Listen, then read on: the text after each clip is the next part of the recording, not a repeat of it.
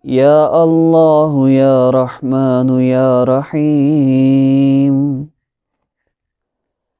या अल्लाह या रहमान या रहीम। या अल्लाह या रहमान या रहीम।